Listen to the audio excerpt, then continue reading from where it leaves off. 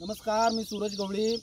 आता मी लवकरच एक नवीन व्हिडिओ घेऊन येणार आहे। व्हिडिओचा विषय असा आहे की अनेक लोकांचं जे काही लग्न झालेलं असतं, नवीन जोडपं असतं, त्यांना ग्रामपंचायतमध्ये किंवा महानगरपालिकेमध्ये विवाहाची नोंदणी करायची असते। आणि ज्या वेळेला ते विवाह नोंदणी करायला त्या कार्यालयात जातात, त्या ऑफिसमध्ये जातात, मग ते महानगरपालिका असो किंवा ग्रामपंचायत असो, तिथं ते गेल्यानंतर त्यांना अनेक प्रकारच्या कागदपत्रांची मागणी केली जाते।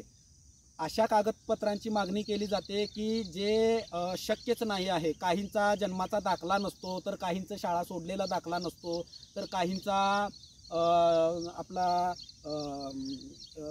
जे लोक म्हणजे ज्या लोकांनी शिक्षणच घेतलेलं नाही अशा लोकांचे देखील दाखले नसतात। पण कायद्यामध्ये किंवा शासनाने जे काही GR आहे, शासनाचा सर्क्युलर जे आहे, त्यामध्ये अनेक प्रकारच्या कागदपत्रांची माहिती दिलेली आहे। हे सर्व बाजूला ठेवून हे जे काही कार्यालय आहेत, ग्रामपंचायत असेल किंवा महानगरपालिका असेल, हे काय करतं, त्या जोडप्यांना चुकीचा सल्ला देतं, चुकीच्या कागदपत्रांची मागणी करतं। त्यामुळे त्यांची विवाहाची नोंदणी करणं राहून जातं। त्यामुळे अशा लोकांना भरपूर त्रास होतो। काही लोकांचा मानसिक त्रास होतो। काही लोक नुसता असं कार्यालयातून हेलपाटे घालत असतात, त्यांना कोणी मार्गदर्शन करणार नसतं।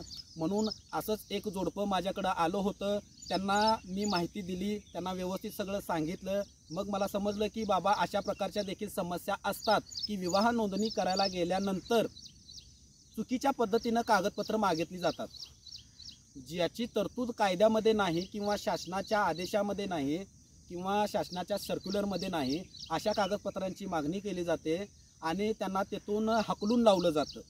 त्यामुळं मी आता लवकरच एक या विषयावर, विवाह नोंदणीसाठी लागणाऱ्या जे काही कागदपत्र आहेत, या विषयांवर मी लवकरच एक व्हिडिओ घेऊन येणार आहे।